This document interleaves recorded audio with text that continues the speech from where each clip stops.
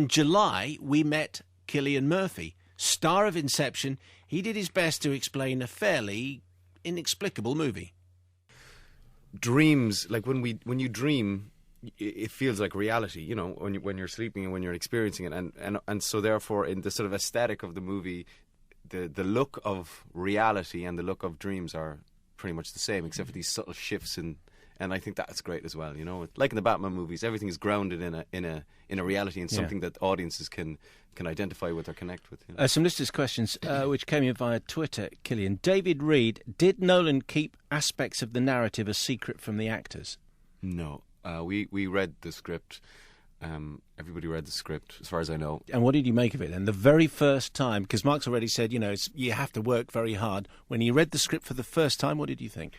Yeah, it was challenging. I think people will find that reassuring. Yeah, and it was reassuring to kind of, when we've been asked this subsequently, you know, all the actors kind of going, yeah, I mean, I didn't really know what was going on.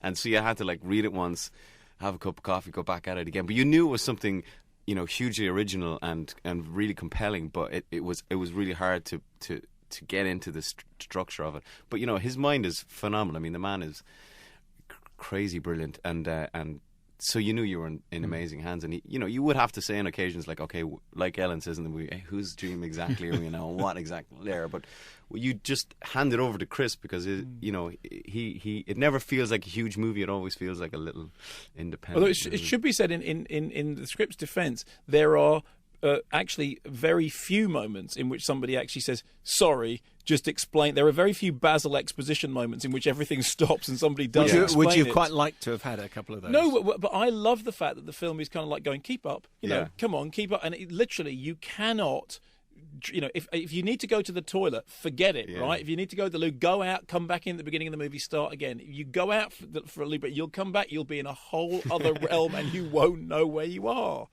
Sorry. Well, I was just going to say, like, I remember going to see Memento in the cinema, and like having to go back in and see it again. There's only a couple of films I've done that with, and this is definitely a film I think will benefit from like multiple viewings, because it is that challenging. But everyone's been saying, you know, that it's very refreshing nowadays to have a film of that scale that makes you actually, you know, engage. And Neil Cocker with this question: are you expecting Inception to be tagged by the media as Eternal Sunshine of the Spotless Mind meets Batman? It's quite unlike anything I've seen or read, so I don't know. There's elements definitely of both of those movies in it, or stylistically maybe, but I don't know if that would completely capture it. I mean, the obvious one is that Gondry's effects are all mechanical. Gondry, like Christopher Nolan, does everything mechanically on set, but I think that's pretty much where the comparison there ends. Yeah, perhaps. Yes. You know, is this level of... we heard your reluctance to explain what happened in the movie, but the secrecy around the plot... I mean, keeping any secrets with the internet now is extraordinary. You know, there are leaks all over the place. There's all kinds of things. Have you ever worked on a movie that was as secretive as this? No, I suppose not. But, you know, it wasn't ever in a heavy-handed way. None of us had to, like, sign anything or anything. It's just, again, you know, Chris's approach to it, you know. And, you know, you go and see... you watch trailers nowadays, and thanks for showing me the movie for free. You know? Leap Year being a classic example. Leap Year, in which somebody did the worst Irish accent I've ever heard anyone do ever in my whole life. No comment. I was going to say, that thing about giving away the plot, however, the movie has... No one said Bigorra, though, did they? Though they did say Top of the Morning. They do say Bigorra, Top of the Morning. No, I don't think it's a Bigorra. Point of Guinness, Blarney. The action, the real thing that's going to keep the plot secret is that people are going to come out of that film. They're going to go into the pub. Somebody's going to go, okay, what's the plot? They're going to go... Oh, hang about a minute, because actually it's really high. Yes, that's right. But did you have any sense when you were doing things like Disco Pigs? Because that's not that long ago, is it? It's 10, 15 years back. You know, I'm going to end up being in these huge, just enormous, gargantuan blockbusters, interestingly made by Christopher Nolan with exactly the same intelligence that you would make what I'm referring to as a widgety film. No, I hadn't, and it's been, you know, I've been really, really lucky, and. But no, I don't think, you know, actors get asked this plan, asked the question, do you have a plan, or do you have a strategy, or what's your 10-year plan? It doesn't exist. I don't think anybody in any profession has that. You just try and do good work. You try and follow the material and not think about it too much. You know, try not to. Anyway. Which are the films that you've made that you're most proud of that maybe that you think have been overlooked?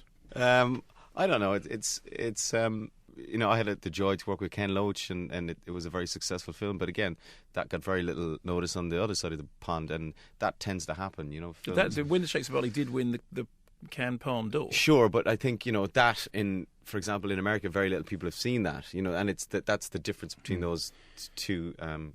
The two different markets or whatever you like. But no, I have no regrets, man. You have to keep looking forward in this business. Who knows? What are we going to see you in next?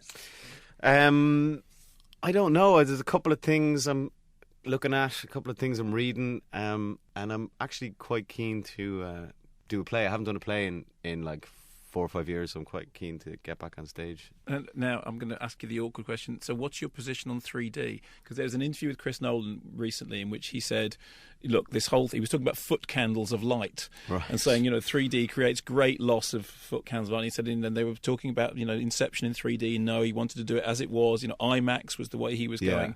But he did say, look, if audiences demand 3D, then obviously that's what I'm going to be doing. Instinctively, how do you feel about it?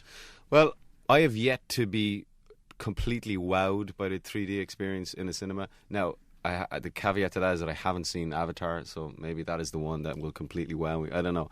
For me, the IMAX experience that's where I have been wowed. I mean, I saw The Dark Knight on IMAX, and that was just staggeringly good. I brought my kids to see 3D movies, and I've yet to be wowed. But I think it does lie in the demand for it, and Chris is at that level where he has to, to get the money to make those types of films, you have to satisfy what people want, and maybe that will continue to be 3D, but I don't know. Cillian, we're out of time. We appreciate you coming in. Thank you very much indeed. It was a pleasure. Thanks a million.